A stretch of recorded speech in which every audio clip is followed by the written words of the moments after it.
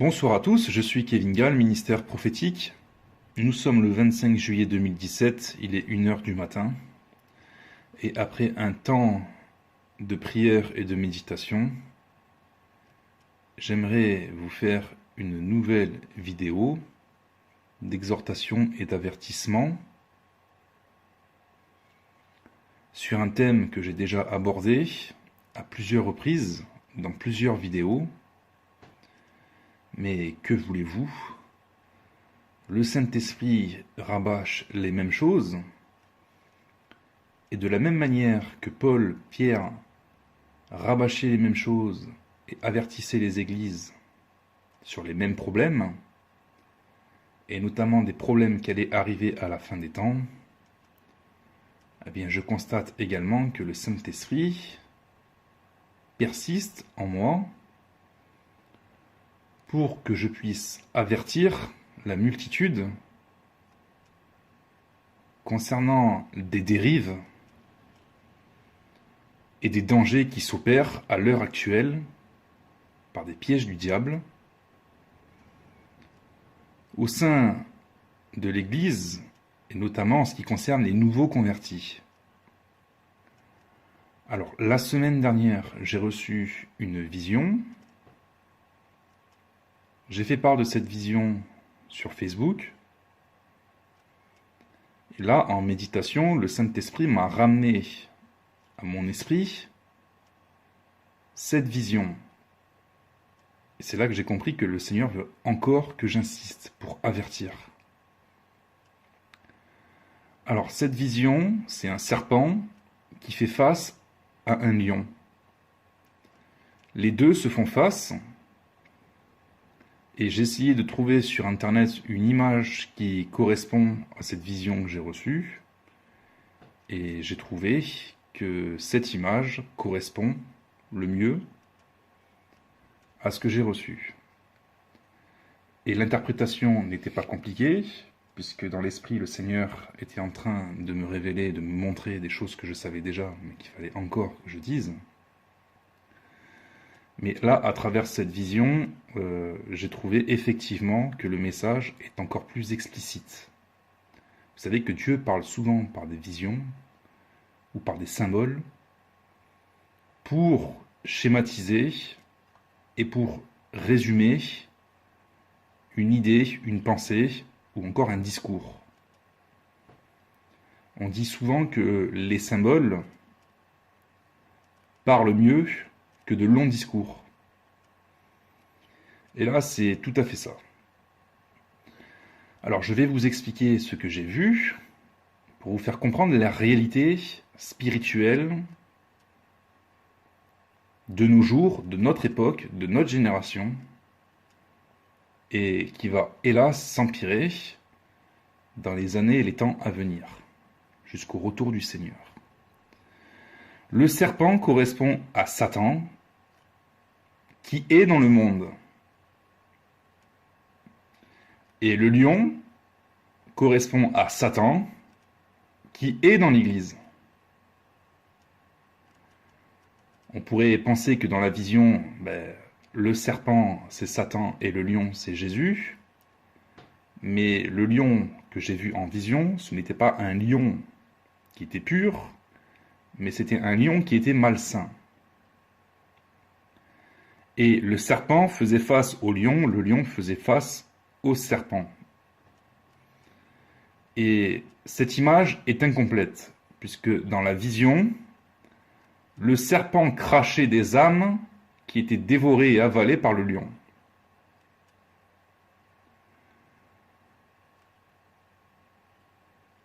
Alors, j'ai compris que le Seigneur était en train de me révéler qu'à l'heure où je vous parle, beaucoup d'âmes sortent du monde et de l'emprise du diable, symbolisé par le serpent, Satan dans le monde. Ils sont rachetés par le Seigneur Jésus-Christ à la croix, mais aussitôt qu'ils intègrent l'Église, ils sont avalés par le diable qui est à l'intérieur de l'Église par l'intermédiaire ou par ce qu'on appelle l'apostasie, où on sait très bien que Satan et les démons sont derrière l'apostasie, les esprits de mensonge, les doctrines de démons, les hérésies, les folies, les faux dieux, les faux Jésus, les faux évangiles, les faux esprits qui ressemblent au Saint-Esprit. Et le Seigneur me faisait comprendre que les âmes à peine sorties du monde, à peine sauvées, lorsqu'elles intègrent l'Église, elles meurent spirituellement et elles sont orientées vers un faux lion qui n'est pas Jésus-Christ, mais qui est le diable, qui les avale. Et pour vous dire comme cette vision, elle est vraiment à propos, puisqu'elle est biblique, on sait que le lion rôde comme un lion rugissant, cherchant qui dévorer dans l'Église. Donc la vision est inspirée, l'interprétation est juste.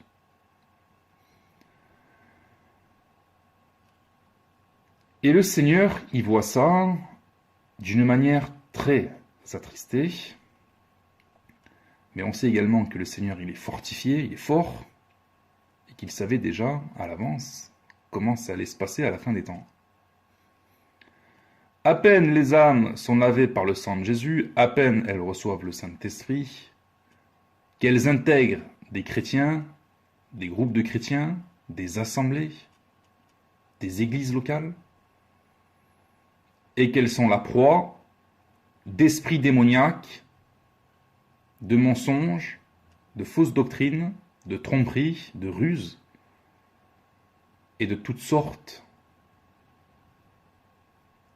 de mauvaises œuvres, et d'égarements, de confusion et de tromperies. Et ça, c'est un problème pour Dieu. Et ça, c'est un problème pour les véritables serviteurs de Dieu, qui voient ces choses et qui doivent absolument secourir ces âmes nouveau-nées et qui sont dévorées.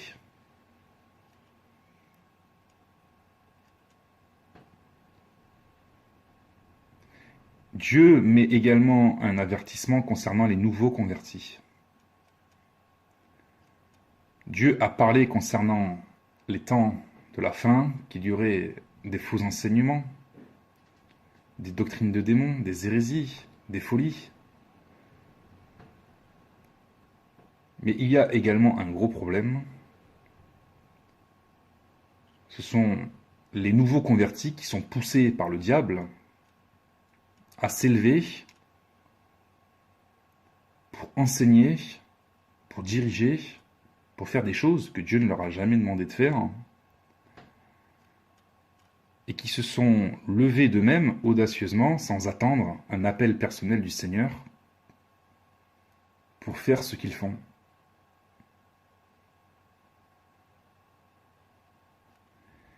Et il y a des versets bibliques pour nous mettre en garde. On peut lire dans Timothée, on peut lire dans Jude, on peut lire dans Pierre, qu'avant d'exercer un ministère, il faut quand même recevoir la connaissance. Il faut être éprouvé.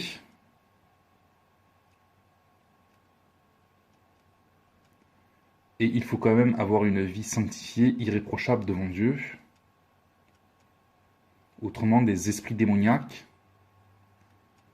utiliseront ces nouveaux convertis qui s'élèvent de toutes parts, et on le voit par Internet,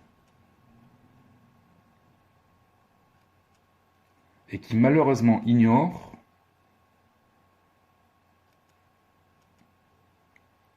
leur sort éternel.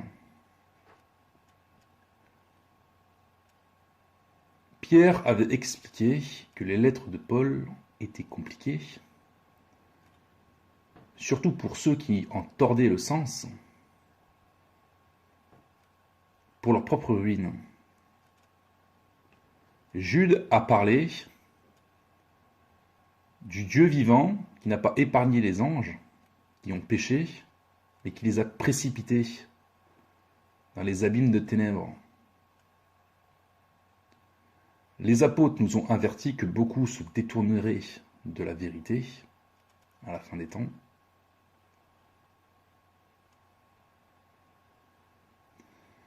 Pour s'attacher à des fables, à des esprits séducteurs, et beaucoup par orgueil, arrogance, mépris, moquerie, se mettraient à calomnier la vérité et à faire un vrai travail de destruction de l'œuvre de Dieu, entre guillemets, si c'était possible, au sein des églises. Et sur Internet, à travers les réseaux sociaux, il y a bien trop de personnes qui parlent sans connaître Dieu, qui enseignent sans connaître la parole de Dieu, qui donnent des réprimandes et des exhortations en dehors de la justice et de la vérité, qui ne sont pas inspirés, qui méprisent et calomnient de véritables serviteurs de Dieu, qui n'ont pas du tout l'approbation de Dieu, la validation du Saint-Esprit pour faire ce qu'ils font, et qui ne savent pas non plus où ils vont.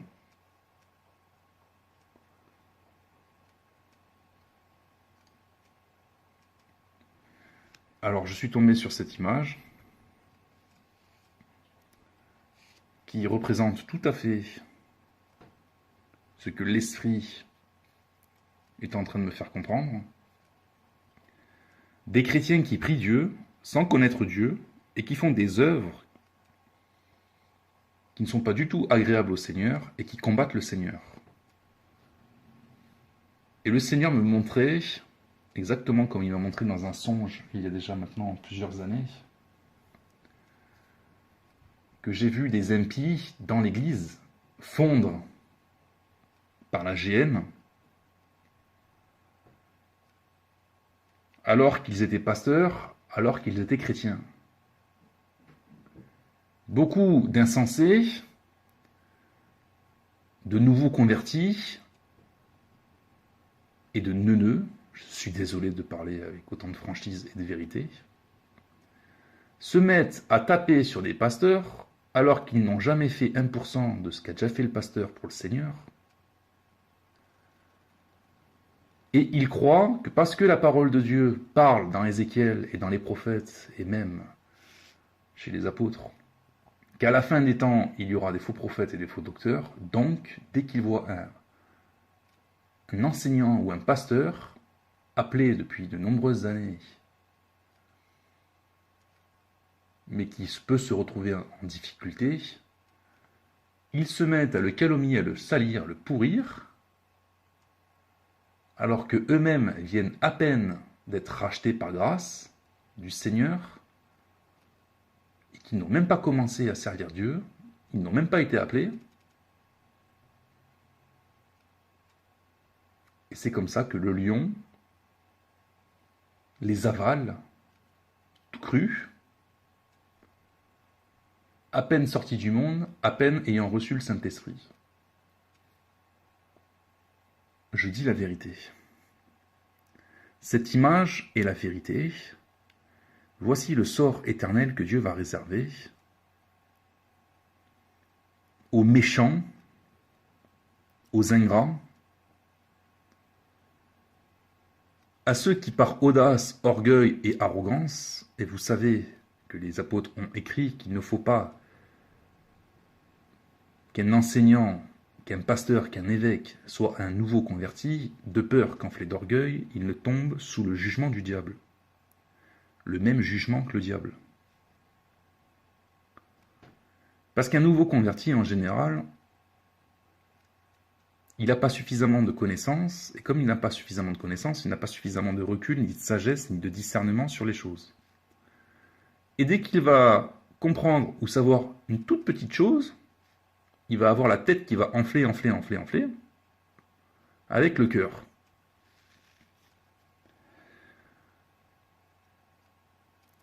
Et Dieu qui connaît toutes choses, Dieu qui a établi bien avant des nouveaux convertis, ce qu'on appelle des anciens, dans le ministère, pensez-vous qu'il va supporter une telle ingratitude de la part de nouveaux convertis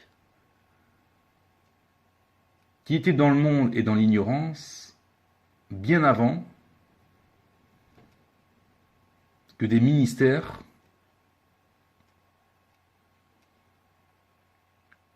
soient établis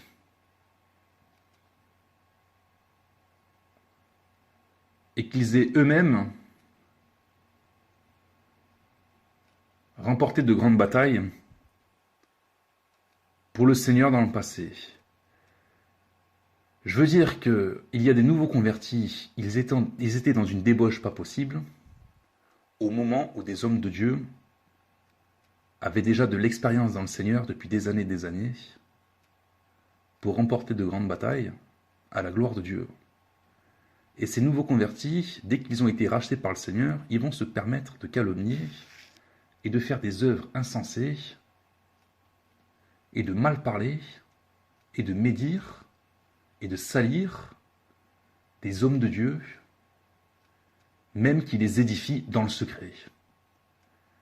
Il n'y a pas plus hypocrite qu'un insensé qui va sur Internet écouter des vidéos d'un prédicateur qui en vérité est édifié, mais qui va se permettre de vomir sur lui, publiquement ou en privé. Ça s'appelle de l'ingratitude, ça. Dieu, il voit toutes choses. Dieu, il sait, quand tu as été édifié par un homme de Dieu, d'accord, mais que derrière, tu l'as calomnié. Dieu sait ton niveau de compassion et Dieu sait ton niveau d'ingratitude et d'hypocrisie. Et le sort de ces chrétiens-là, où jamais personne sont venus leur dire qu'ils n'ont jamais fait 1% de ce que tel homme de Dieu qu'ils critiquent ou qu'ils calomnient a fait, ces insensés qui n'ont jamais entendu des réprimandes inspirées du Saint-Esprit pour leur dire qu'ils étaient hypocrites, que Dieu les voit, que Dieu les entend et qu'ils ont intérêt de se taire, sinon Dieu va les égarer et les endurcir dans le mal, même jusqu'à les lever par des esprits d'égarement, de séduction, de mensonge, pour combattre le Seigneur, parce que je vous rappelle aussi que Dieu est souverain, c'est Dieu lui-même aussi qui s'établit des adversaires, et qui les endurcit, exactement comme Pharaon, qui était un vase de colère, formé pour la perdition. Il y a beaucoup de choses qui sont faites dans le secret et dans le public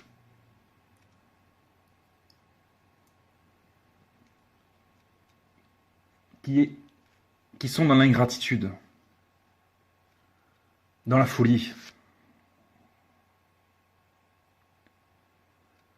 tout en priant le Seigneur,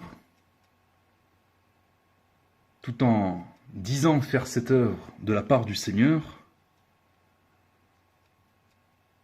mais le sort qui leur est réservé dans le secret, je vous rappelle que Dieu, il peut choisir de réserver une âme pour l'enfer, bien qu'elle soit sur terre, cette âme.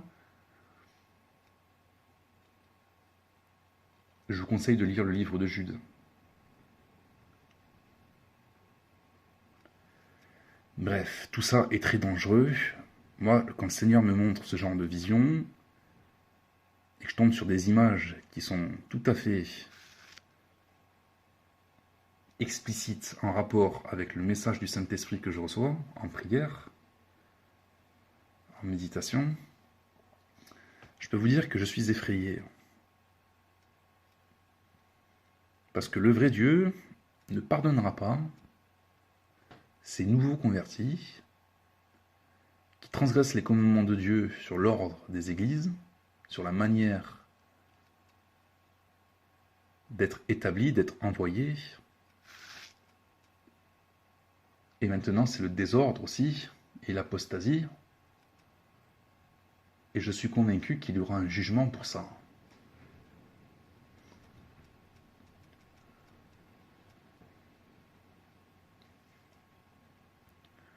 Et ce jugement, c'est de fondre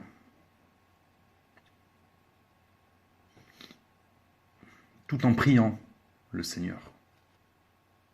Dans la GN. Vous verrez des âmes dans la GN. Je l'espère pas pour vous. Mais peut-être en vision, si Dieu vous fait cette grâce, par un songe, je vous parle de quelque chose que j'ai vécu, que j'ai reçu de Dieu. Si Dieu vous communique le même songe que j'ai reçu il y a maintenant, je ne sais pas, 5 ans ou 6 ans, des âmes fondre dans la GN et ramper comme des squelettes incandescents avec la chair qui fond,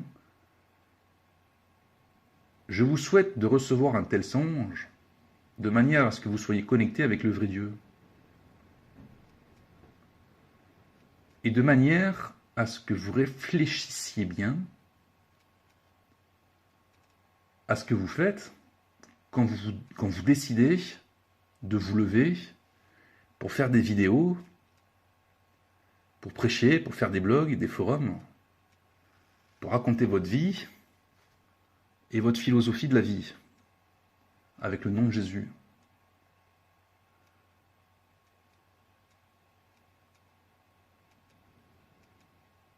Se lever sans la permission du Seigneur, c'est très grave. Faire des choses sans la permission du Seigneur, je vous renvoie à la vidéo d'hier sur les guerres de l'Éternel, c'est très grave. Et le châtiment, il est éternel.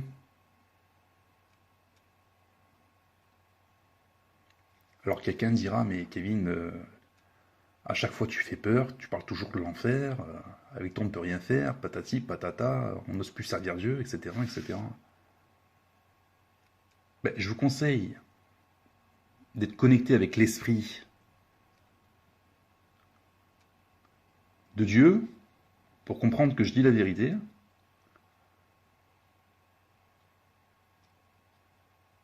Et qu'il vaut mieux ne pas être né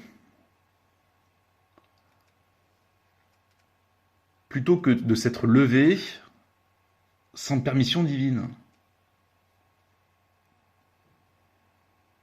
Parce qu'il n'y a pas un jour sans que Dieu m'envoie des chrétiens, qui m'envoient des mails, des messages, pour me montrer des articles et des vidéos d'insensés, qui n'ont pas d'onction, qui n'ont pas le Saint-Esprit, qui sont égarés et qui égarent les autres, par de la folie, de la confusion, des fausses doctrines, du n'importe quoi. Ces chrétiens-là doivent savoir que le vrai Dieu n'est pas un bisounours avec une couronne sur la tête, assis sur un nuage. Il n'est pas non plus le Père Noël.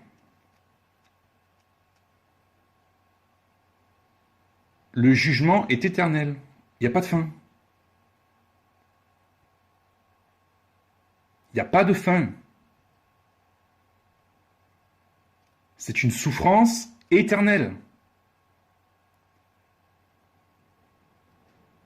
Sans répit, à jamais, au siècle des siècles.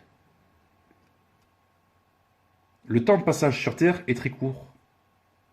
Comme c'est écrit, on paraît et on disparaît comme une vapeur. Si on fait le rapport 100 ans sur l'infini, c'est-à-dire l'éternité, ça tend vers zéro, mathématiquement. C'est comme si notre vie terrestre n'avait jamais existé, comparé à l'éternité.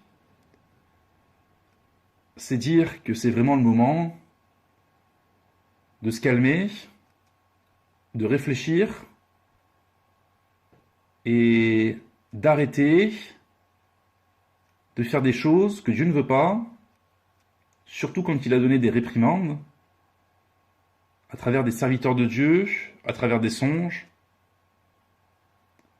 à travers des signes, à travers des malédictions. Bref, c'est le moment de se calmer. Soyez bénis et au revoir.